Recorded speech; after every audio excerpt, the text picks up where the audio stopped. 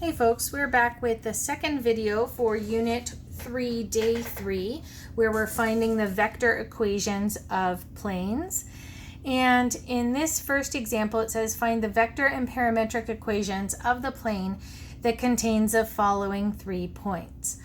So we've got from our previous kind of video, we saw that if we have 3 non-collinear points, that's case 2, we're going to choose any one point for the position, and we'll use 2 different pairs of points to find different direction vectors, and then use that to create our vector equation.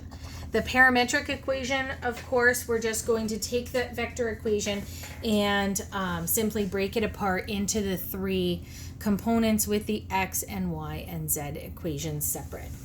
Okay. So I can choose any one of these 3 points for my position. It does not matter. I usually pick the first one just because it's first. I'm going to need 2 other vectors that are on this plane, and I might pick A, B, and B, C. Again, super arbitrary. It does not matter as long as you're using these points to find 2 vectors. So 2 minus 1 gives me 1, negative 3 minus 0, and 1 minus negative 3. Careful there again, double negatives, common mistake. So 1, negative 3, 4, and then B to C. 3 minus 2 is 1. 5 minus negative 3, so 5 plus 3 is 8. Negative 3 minus 1 is negative 4. So those are my 2 direction vectors. I'm going to add those in. And this looks just like the vector equation of a line, but it's got an extra vector. We've got an extra direction vector, so I need to have 2 parameters, a t and an s typically. So I'm going to say s and t are both real numbers. I can add any scalar multiple of these 2 direction vectors. So 1 position, 2 directions. Get to the line and then move in 2 different directions, or get to the plane, pardon me, and then move in 2 different directions along the plane to get to any other point on the plane. Once we're here, again, pretty straightforward to figure out the parametric. I'm just going to sort of highlight for ease of you guys seeing the x, y, and z components. Just, be a little bit careful that you're picking out the right numbers. But I'm going to create my parametric equations. So x is 1 plus 1s, or just s, plus 1t, so just t. So x equals 1 plus s plus t. And then y is going to equal 0, which you don't need to write, but I maybe will just for this one. Minus 3s plus 8t, and z equals negative 3 plus 4s minus 4t. And we know that s and t are any real numbers. So that's the vector equation, and this is the parametric equation. We are not going to have symmetric equations like we did with R2. That's not going to be something that we can do with planes. We had symmetric equations for lines in R3, but with planes, remember we found those symmetric equations of a line in R3 by isolating the t and making them all equal. Because now we have 2 parameters, we can't isolate the s and the t to make them equal. There's just too many variables here, so we're not going to be able to have that symmetric equation for planes, but we are going to actually, in the next lesson, talk about Cartesian equations of planes. I talked about this for sure in the previous video. Are the vector and parametric equations of a plane unique? Absolutely not. No. There's an infinite number of position and direction vectors.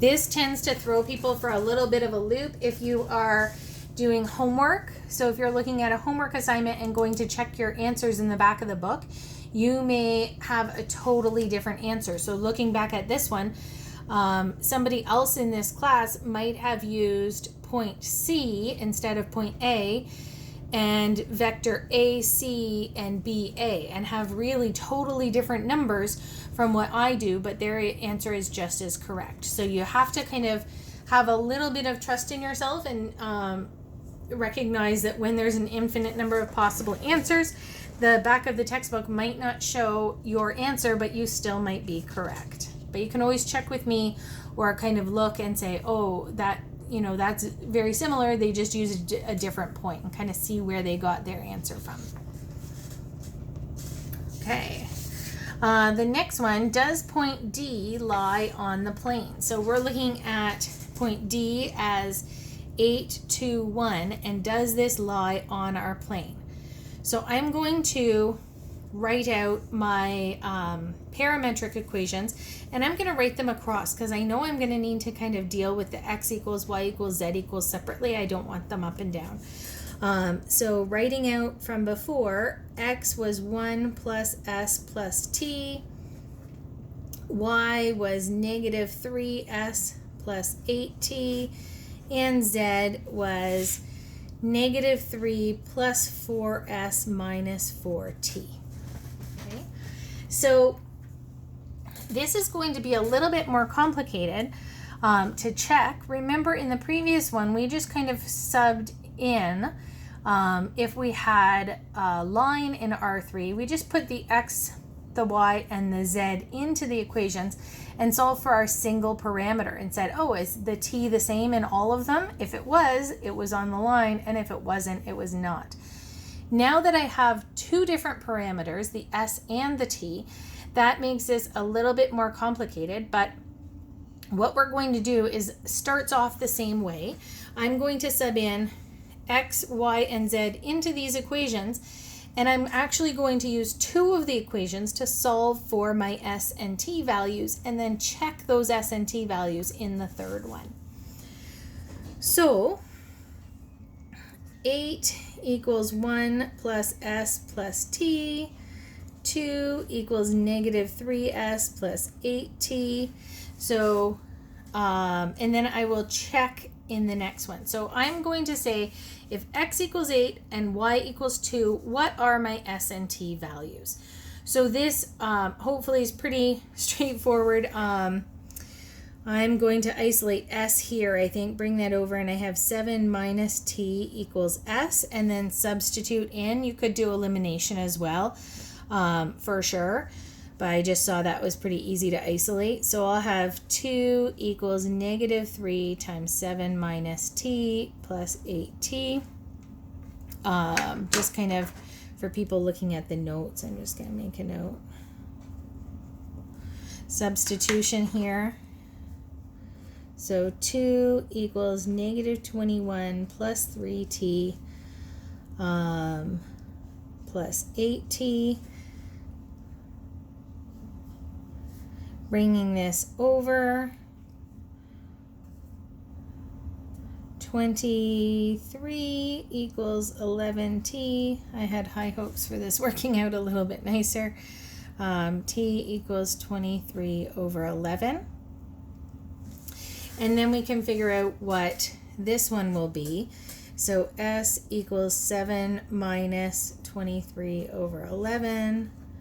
So that's 77 minus 23 over 11. S equals 54 over 11. That looks terrible and doesn't bode well here. So now I know that I can find a t value where an s and a t value that will give me x equals 8 and y equals 2.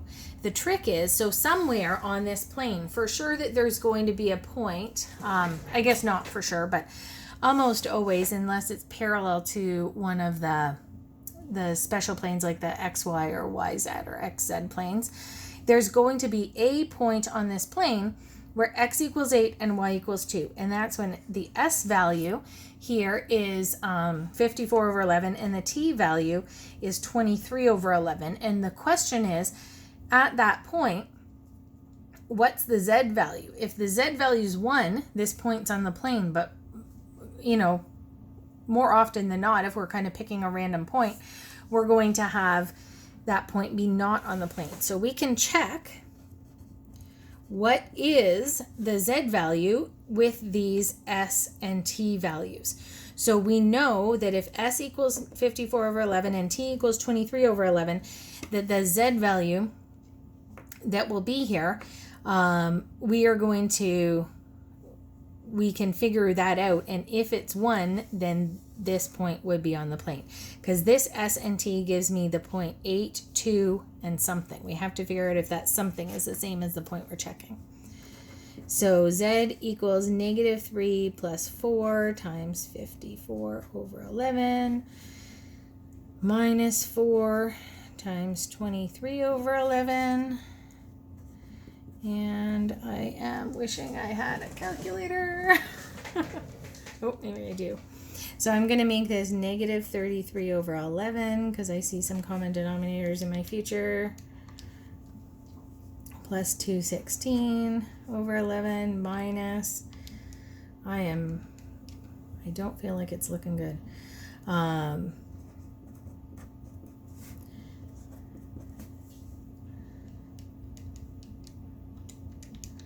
And no, we get negative 91 over 11. So this is not the z value from my original point. So we would say no, the point 8, 2, 1 is not on the plane. So you don't necessarily have to do this with your x and y as the ones that you solve for. You can find the parameters needed to kind of get any two of those 3 components correct.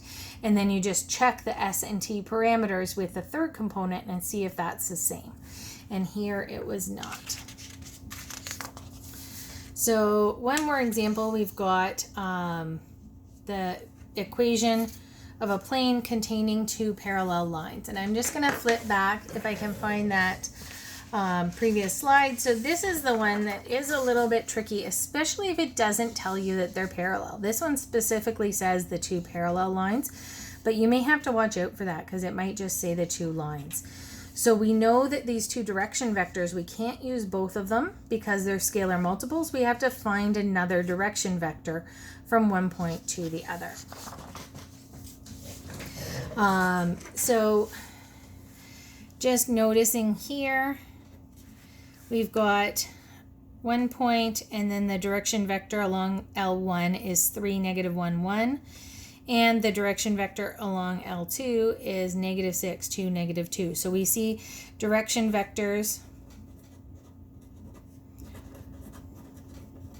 are scalar multiples. So that means we can't use both. Okay. So here we need to find a vector from one point to the other. So again, this one says parallel lines, but it might not specify that it's parallel. So you always have to kind of watch out for that. If it hadn't specified parallel, you would still need to recognize this.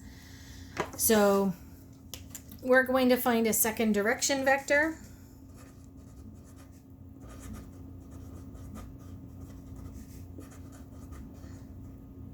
And just using these 2 points. We don't have a good variable for them, and if I try and do R01 and R02, that's going to be a lot of messy subscripts, so I'll just call them A and B. So vector AB, we have 1 minus 2 is negative 1, 4 minus 4 is 0, and 4 minus 1 is 3. So that's my other direction vector. So the equation of this plane, we can take any one of the points, and maybe I'll pick that second one this time. I think the last time I pick the first one. And I can pick any one of these two direction vectors, but not both. So maybe I'll pick that one. 3, -1, 1 plus t times the new direction vector that I found, -1, 0, 3. And just specifying s and t are any real number. So again, there's an infinite number of solutions here. There's even, a fairly sizable number of possible solutions that people could reasonably come up with. Maybe people did, instead of vector A to B, maybe they did B to A. Maybe instead of this one for my first, maybe you pick this one. Maybe, maybe instead of this point for the position, maybe you picked the point A from line 1. There's lots of different combinations that you guys could reasonably come up with, so it does make checking your work a little bit harder, but just kind of recognizing what did you get, what did a friend get, what did the back of the book get. See if you can kind of take a look and recognize where all of those different equations came from and why that they are all equal, hopefully. The last one, where does this plane intersect the z-axis?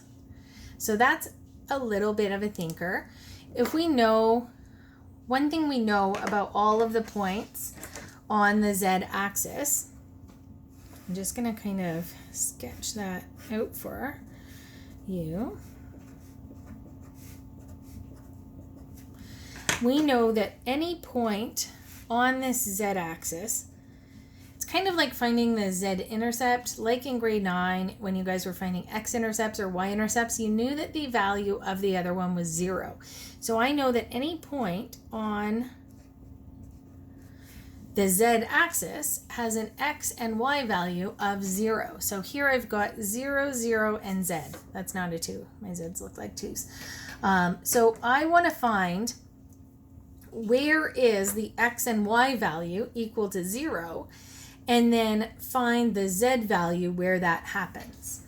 So like a lot of things, if we know things about x and y, and we want to find another one, so if we know things about individual components of a point on the plane, it's likely that we're going to want to work with this plane in parametric form.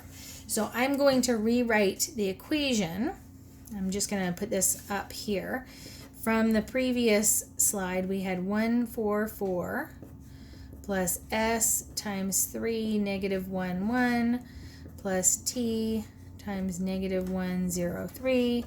S and t are real numbers. So this was my equation that I had. I'm going to pull this apart into the x and y and z components, and I know that x and y are going to be 0. So I can use that to find the s and t values that make them 0, then sub those in and solve for the z. So my parametric form, I get x equals 1 plus 3s minus t, y equals 4 minus s, and plus 0. That's going to make this easier to solve for. And z equals 4 plus s plus 3t. So I know that x equals 0, y equals 0. I'm going to plug those in.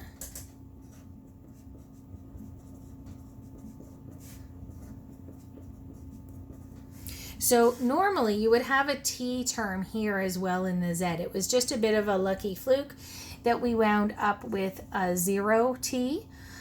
If I had a t here, I would have to solve this with substitution and elimination, but I don't, so that's kind of nice. I just get s equals 4, and then I can sub that back up here and solve for t.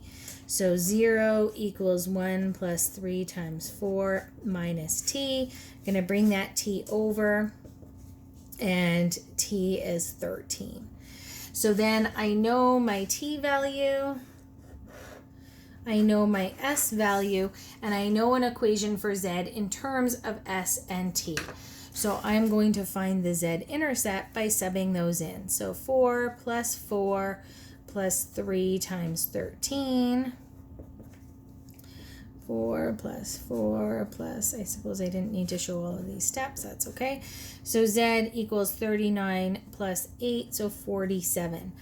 And just writing a statement, we can say therefore the Z-intercept is 0, 0, 47. So subbing in the points that you know, finding the parameters that make that true. So when t equals 13 and s equals 4, the x and y are both 0. If the x and y are 0, that's the z-intercept. So you sub those parameters for s and t to be able to see where that happens. So that's the end of the Unit 3, Day 3. In the next lesson, we'll be moving on to the last type of equation of planes, which is the Cartesian equations. That's the Unit 3, Day 4 lesson.